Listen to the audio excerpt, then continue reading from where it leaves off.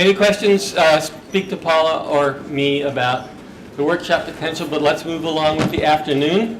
I'd like to introduce to you Herbert Dreiseitl, who is a leading, we're moving in from the coastlines into the cities, which can be horrible places or can be wonderful places, and Herbert will tell you about the wonderful part.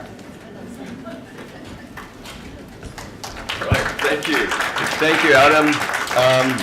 Thank you to be invited here to this interesting conference. And actually, I'm really proud to be in this building, because this building also has this beautiful, beautiful exhibition of these glass pieces, which I really love. So you can hear it from my accent. I'm actually born on the Lake of Constance. I'm Swiss and German. So I cannot deny this, but I have been quite a long time here as a Loeb Fellow at Harvard GSD. So what I would like to share with you, we heard before about ecosystems, about biomimicry, we heard about biophilia effects and such things.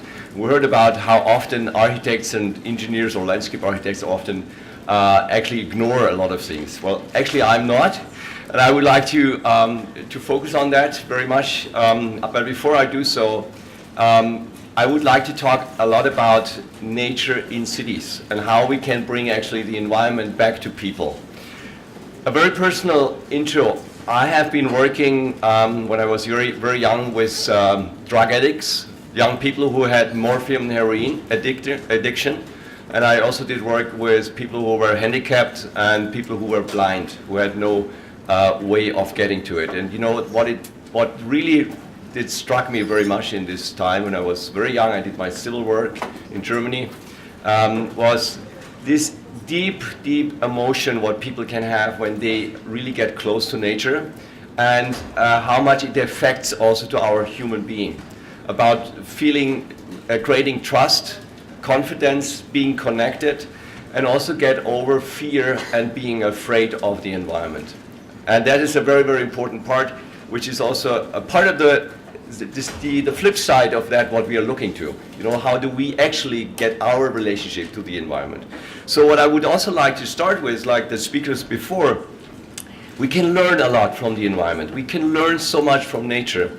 I started 1980 with my own work, and I was only observing first with my first projects. I started as an artist, and I was more and more going into very urban, big city planning. I will talk more about it, and I will show 3 cases, and then also talk about capital and about co-benefits and about also values, how to create values. So what we can actually learn when we look and observe coastal regions, but also mountain regions, like where I was born in the Swiss mountains, you can see there's a permanent transition, a permanent change, a permanent kind of sedimentation, erosion process, transforming. And what actually the water story is most incredible, that it starts to balance extremes. It starts to create life in very, very interesting ways. It also destroys, so gives new abilities for other life to come up. I like to do very first hands-on experiments with my students. I'm also teaching in Singapore at the National University, NOS in Singapore, and I like very, very much to do this, you know, what is actually happening. So not a conference like this, I have to say it's nice, but it's a bit boring to always sit here. You know, you have to really experience things much more by doing things. I will also show that a little bit how I try to do workshops.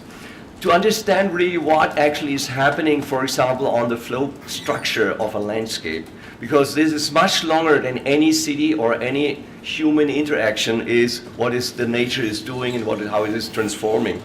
And actually, you know, our structures, our infrastructures, they are often, in a way, very humbling and very, very sort of, for a short period. We think it's long, but in time span of process, it's like even not a second.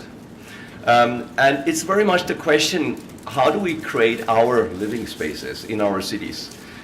We have more and more density, and the question is, you know, how can we actually bring back somehow the nature in this really stressful situation where we have very soon 2/3 of the population living in very dense cities?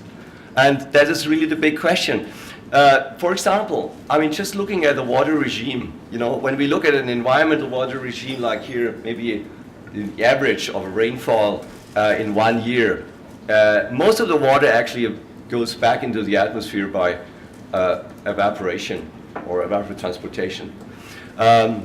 Agriculture is changing a little on that, but if we look at the urban structure, where everything is sealed on the surface, everything goes with all the pollution directly in our streams and our rivers. There's no slowing down the process. It's actually, everything is about speeding up, and we have to find a way, how can we actually get some of this structure or some of this intelligence, what nature is doing, to balance extremes? How can we bring that back to cities? And that is really the big challenge we have today. What can we do? Well, I don't want to dive into the question about climate change. For me, it's absolutely clear and very evident. I work a lot with science, and I know a lot of people who do research on glaciers, for example, in Switzerland. We can see that there's a significant change in a very short period. I have seen in my own lifetime as a boy, now as an older man, going on one glacier I know very well, and I have seen the change, and it is really shocking. I'm a mountaineer in Switzerland, so I see it with my own eyes what's happening. What is a very, very typical thing, I don't want to go into the climate change discussion, that's really, it's so boring, but what you can actually see, what is really the fact, what is happening, is not only that we have a big change, we have a very specific change. For example, we have suddenly extreme storm events, I call it cloudburst, on one spot in the city, while 5 miles away, there's no drop coming down. That is a very, very dramatic change, and we can see that in many, many cities. For example, in Copenhagen, I'm working a lot in European cities like Copenhagen, Oslo, Stockholm, Berlin, Hamburg, and so on, Vienna, and I'm a consultant to these cities. And what we can see, for example, in Copenhagen, we had 100-year storm events in a row every second year. It was so expensive for the insurance companies that they said, we are not willing anymore to pay all this bullshit what you have done before. So you have to come up with a more resilient strategic way to work with the city. So Copenhagen, we started in Copenhagen to do something we call Cloudburst Project, which is actually not the one we have seen before about sea level rise protection, but more, when you remember the picture we have seen before, what's happening from heaven, from the rain, or from rivers, or from the groundwater. How can we actually deal with that, and how can we treat that? So that's a very, very important point. Well, we see that rain intensity is getting stronger, but also droughts are getting extremer, or heat island effects, or hot seasons, or periods where we have 6 weeks no rain at all is the other extreme of that. So what is needed? I think we can do so much, and I don't want to tell the bad stories. I want to show you the good stories, what we can do, where's hope for the future. And that is very much, and it is actually really very much in urban areas and in cities. And it's about the question, it is not only large projects, it's also small projects which matter. It's actually different scales which can also be brought together. And I make that very simple in the beginning because I don't want to go into too much into the engineering, but I could actually give a talk very much about that.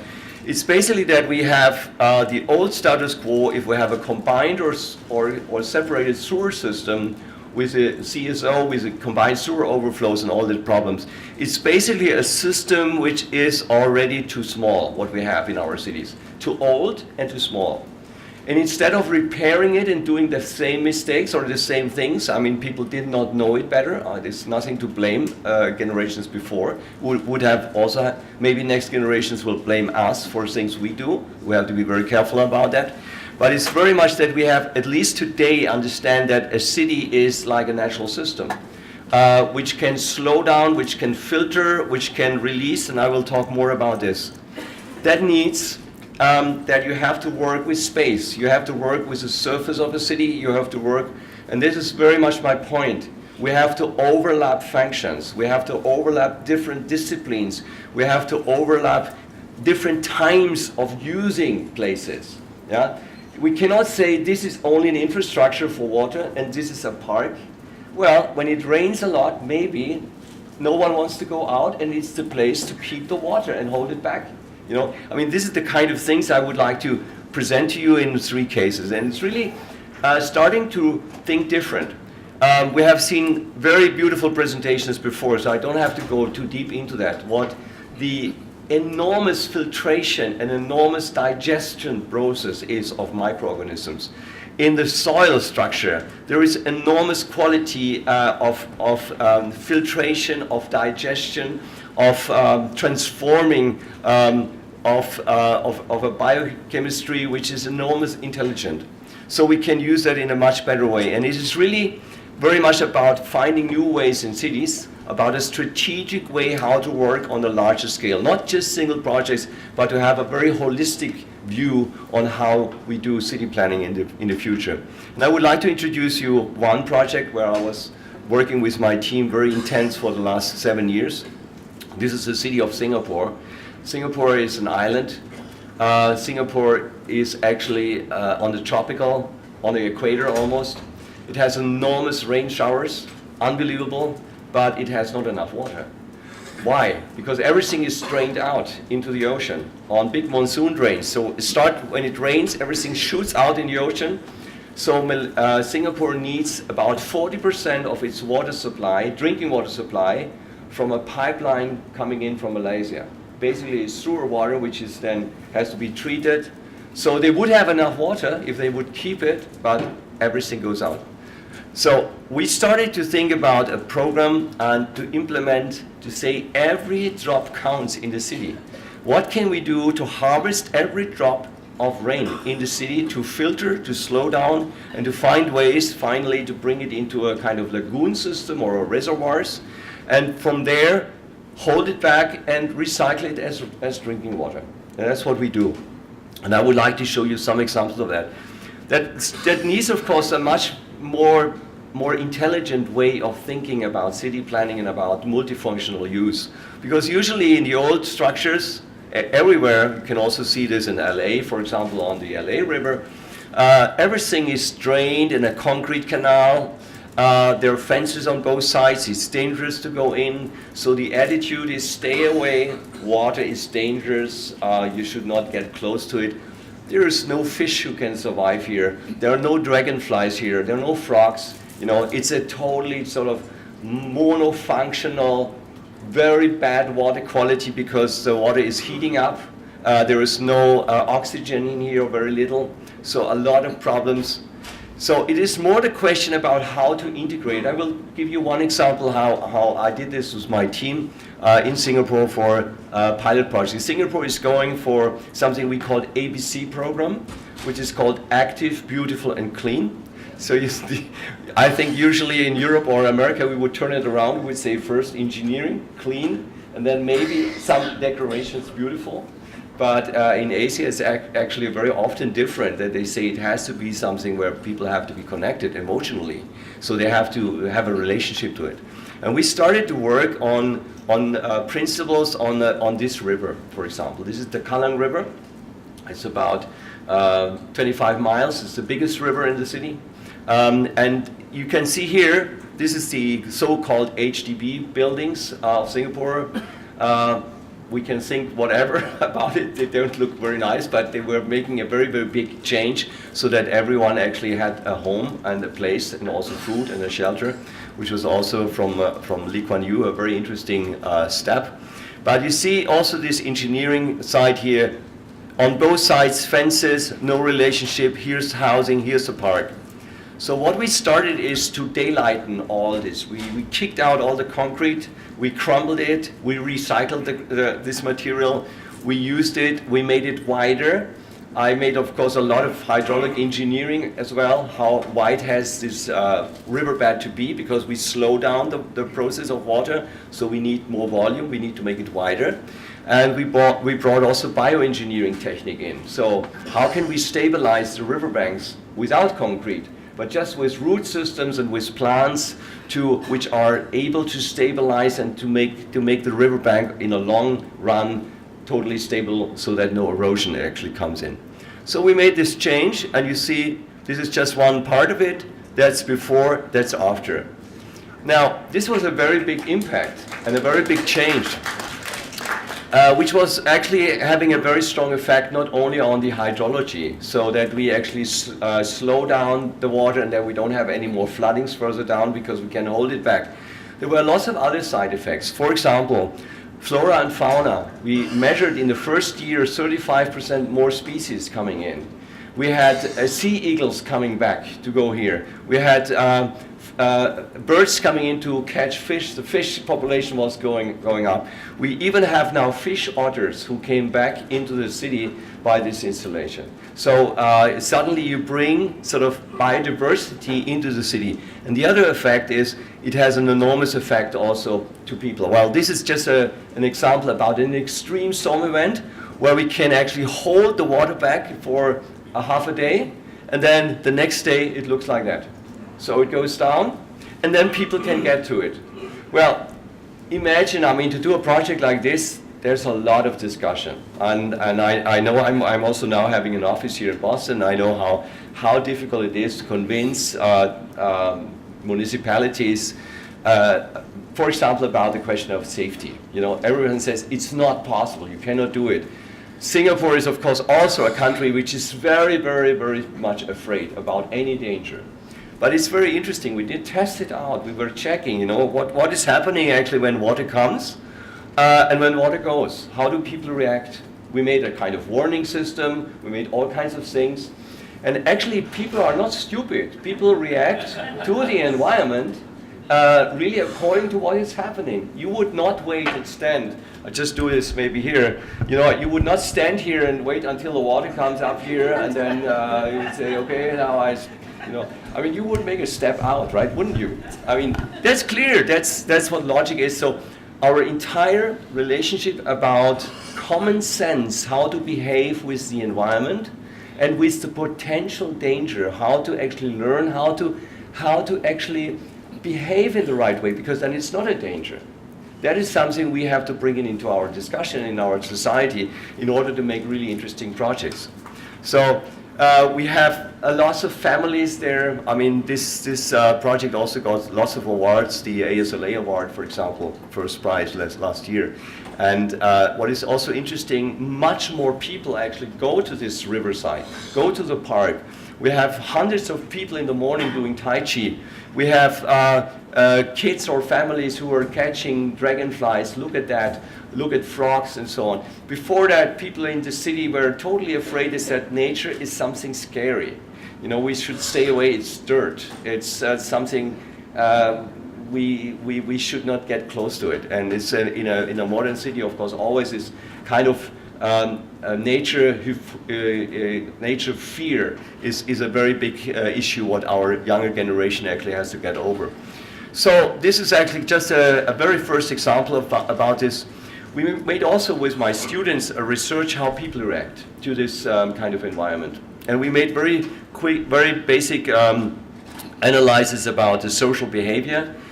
For example, how close do people feel to each other? So we were making surveys about testing 400 people or asking them how much trust do you have if you meet other people in this place, in this park. We compared this one, always places near to the water.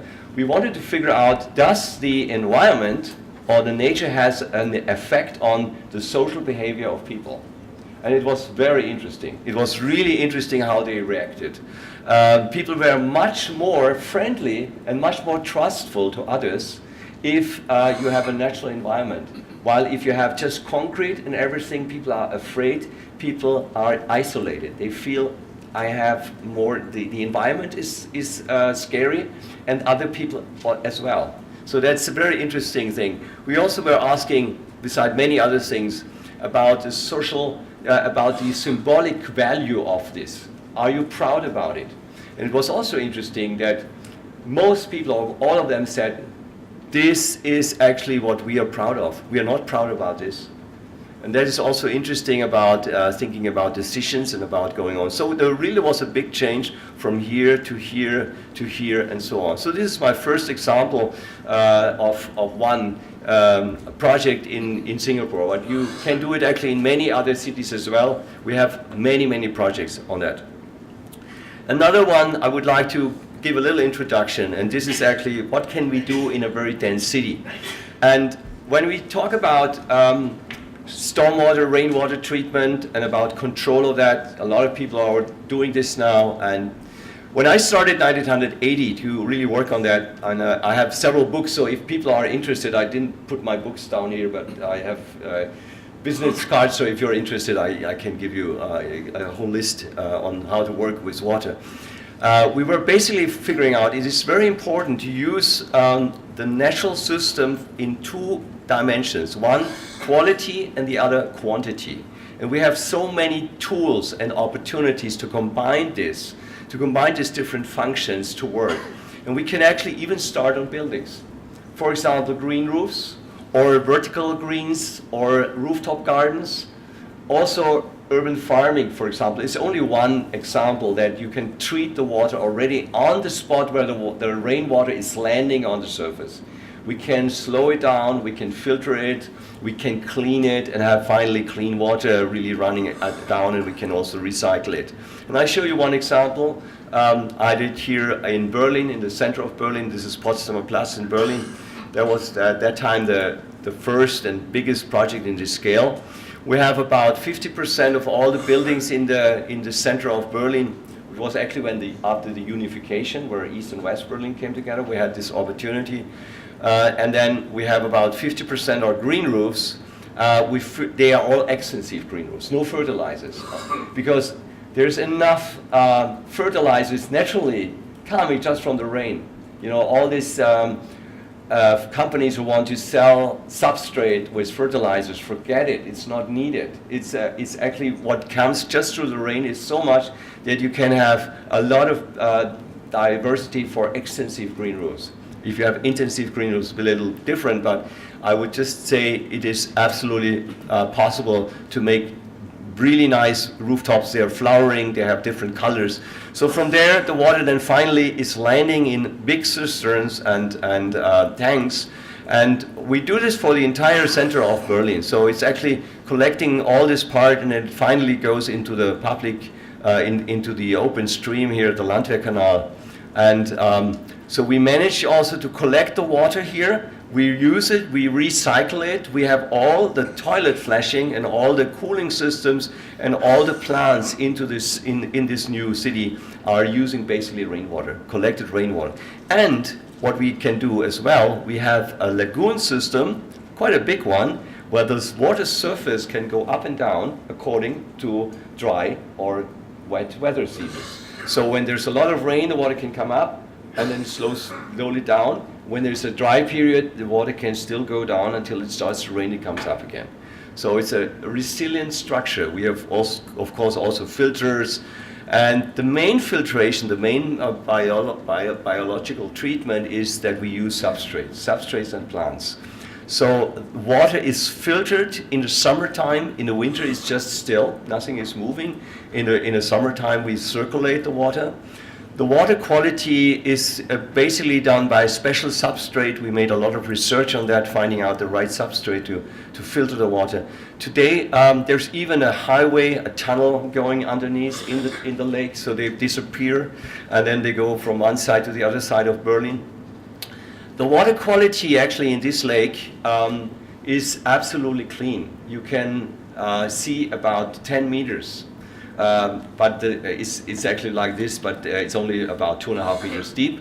We have a lot of fish population. We have pikes, very big ones. They're very good because they eat all the goldfish, what people actually throw in when they go on holidays. They want to get rid of their goldfish, so they throw in the goldfish, and then the pikes are happy. And so that's a kind of control about the biohabitat here. And then we have also a diver club who is always doing as volunteers once a year to take garbage out. And it's a very interesting project. If you're ever in Berlin, just have a look, because it's a very interesting project. And of course, it was a very good model to work in other parts of the world. We also use this a lot for Tianjin, for example, in China. Tianjin, there's the entire center where we actually collect all the rooftop water from all the buildings around here, bring it into a lagoon, into a lake system. We filter it here. this system is also taking care of the energy of the heating and cooling system of the buildings. Because as you know, water has an enormous capacity to store and balance energy. So that's what we do here. And that's the building construction site here on this.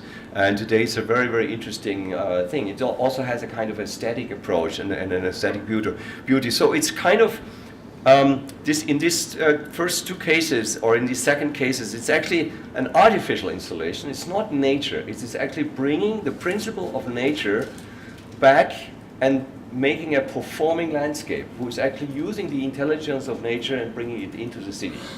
And I think that's quite interesting to learn from the dynamics of what nature is doing and bringing that as a system back into the city and keeping it just resilient to what can go on. Maybe with a third example, I would like to go to here to Portland, Oregon, Portland in the US. And it was also for me a very interesting project here. I did work with our team and with Greenworks from Portland on a project where we were really looking for to also involve, and with this I would like to talk about co-creation and about involvement of people, because I think that is absolutely critical. In Portland we had, first, when we started, we had the Pearl District. It was actually before that even. It was basically train tracks and industry. And slowly, from the center of the city did start to grow in this direction here. And then by a master plan by Peter Walker, there was a plan to create certain pocket parks. And I did win the competition on that. Basically, the city was asking, can you work with these pocket parks to do something similar like you did in Berlin, or to do something where these parks are doing something for sustainability, but also that these parks are doing something for people. So can be there something like contemplation or something to reconnect back to nature? Can people actually meditate and come back to this? And so we started to work on this project. I would like to introduce this one square here, Tender Springs Park. So we did a lot of ideas and sketches, but basically the principle of this whole project started with similar ideas: collecting the water from different sites, filtering the water in the park, bringing it by a slope, letting it flow just by gravity through the park, by filtration, collecting the water. Some of this water is actually infiltrated in some areas, not everywhere, because we have also polluted grounds like brownfield areas. And then finally, this water actually is also circulated, so we can, in summertime, clean it, keep it clean. And then finally, this water goes out into the river. What was very critical and very key to this project, we had about 300 local people involved in the planning process. So we had citizens involved. And I think this was the key for the success. And I think it is for almost all projects. Also in the other projects, we had always involvement of people, local people. And you know, it's a very interesting way how to work with public involvement or with co-creation. Because what we are usually thinking is to make public involvement, public participation, we make big discussion groups. You know, and then what you usually get, you get more older people, sorry to say that, I mean like me, or older, who always come and have already a very, very, very strong opinion, and they always defend their opinion and they want to get it through, and they are fighting against the others. That's a kind of, you know, what public participation often is. And then you have interest groups who fight against each other, and you are standing there, my goodness, oh God, what is going on? How can I handle this? You know, and then people basically come and complain. And they complain about, they want to have something about they are used to from their past. So instead of thinking about future and about potential of possibilities, often our involvement process is only focusing on the old habits and the rights to repeat our old habits for the future. Isn't that boring? How can you make a new city or a new park with that? Young people don't come. they say, what shit, what should I spend my time with this kind of discussions? I want to be inspired. I want to have something different. So what I often do in my workshops, I do artwork. I invite local artists, musicians or painters or whatever, and I make really totally different things. I make fantasy projects. I work with art. I work with groups. Then I let the groups build little teams, and I usually mix the teams completely so that not only one interest group is coming together, that I mix the whole groups.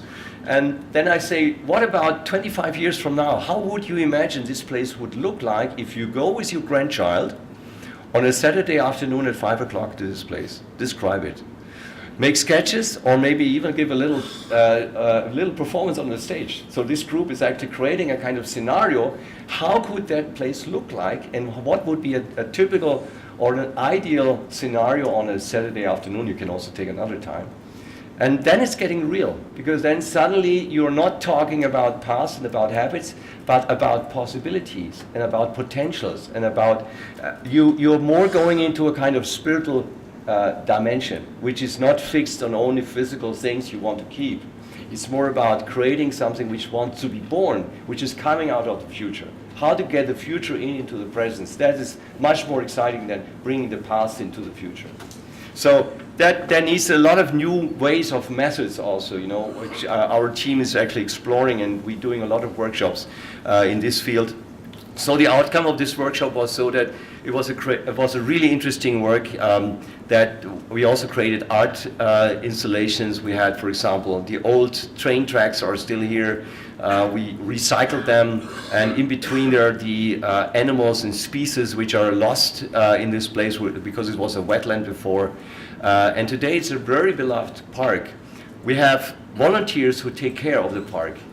The city has 35% less maintenance costs than other parks because the people who are involved in this, they take ownership.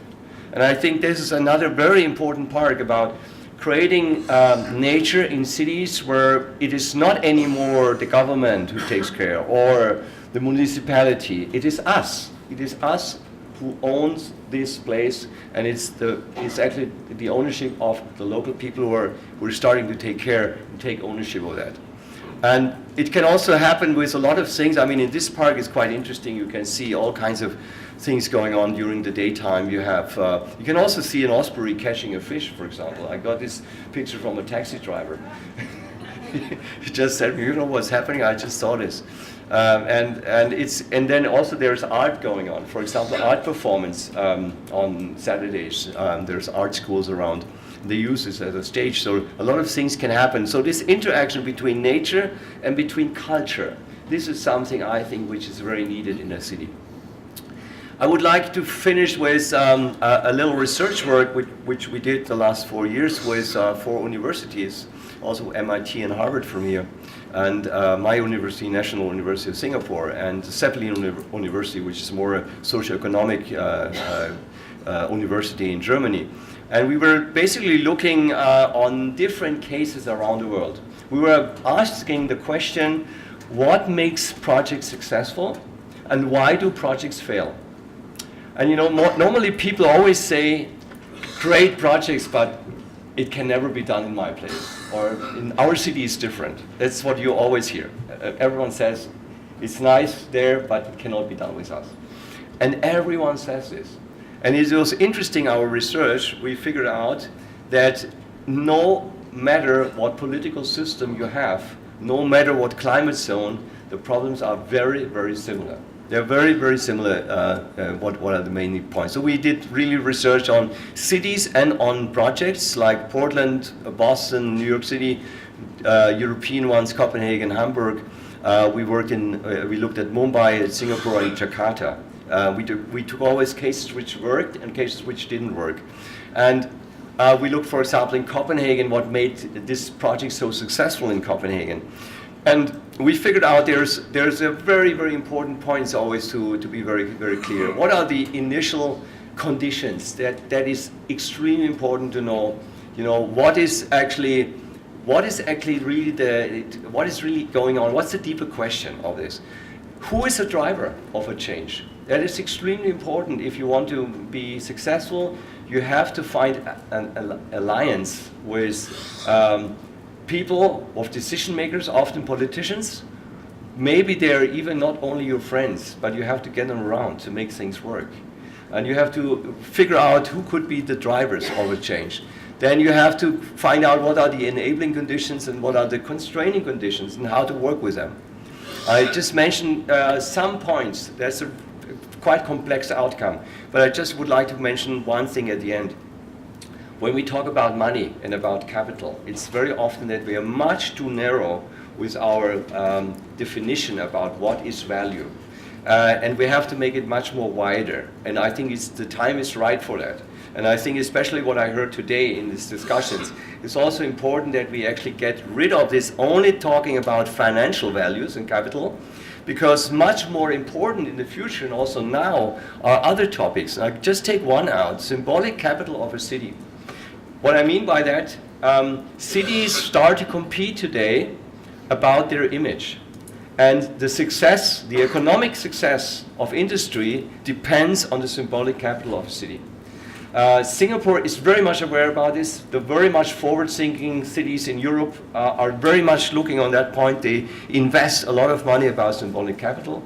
You know, what's the image of our city? How can we create more green? Green is a very important factor, or biodiversity in cities is an extremely important factor. For example, for young families to say, I want to invest my family in this city. It's not any more important if you get I would say, 100 or 110 or 120,000 per year. When I talk about income or of a person, of young people, they don't look only on money. They look more and more today about life quality and about what really matters for our life style and our culture in a city. So the symbolic capital of a city is extremely important, getting more and more important. It's the question about, are we healthy in the city? Can I raise my family in a healthy way? Can I get old in a city? Do I have also joy and fun? Or is it only depressive in this place? People are moving away from depressive places, going to places which have more culture. That's why, for example, Vienna is very successful, or Copenhagen. A lot of people want to live in these cities, so the prices, of course, is also a problem going up. And we also relate very much on these questions about really what matters. And I think still, I know in US it's not so much often discussed, but I think what the world is really looking for, like the United Nations Sustainability Development Goals, they are getting more and more important all around the world, and especially for cities, they are very, very extremely important. So finally, also talking about capital and about enabling conditions, we have figured out there are basic things which we have always to take in consideration to make projects successful. You need a very, very strong vision, and cities who have that, like Singapore with the ABC guidelines or Copenhagen with the Cloudburst Project, they even invest very much in the cultural and in the structural capacity. For example, they create also under the mayor already a bureau or someone who is only looking to make the city more sustainable on a watershed system. And you have really not to talk about it, but really to bring it into action. Copenhagen has now an agreement also with Boston and with Cambridge. We just signed that, I think, and we are very proud to be part of that and support that also with our work. It's also important to actually create skills and knowledge and to create opportunities. Opportunities are very often also hurricanes or disaster problems, And I would like just to mention this here also from my experience. Actually, when something happens, like you have an extreme flooding, usually people are willing to make a change. Yeah, but this is only about, let's say, a half a year, then it's gone. So you must have already the concept about making change before something happens, and when something happens, you can have the political will to do something. So I think I come to the end. This is what we do in Copenhagen about making the streets more cloud ready. Working together, getting out of the silos is extremely important, and I just bring these aspects at the end. It is very much important, strong leadership, but it's also important to bring the acceptance for the population to new projects, that they are really interesting, inspiring, and make things work. Thank you so much.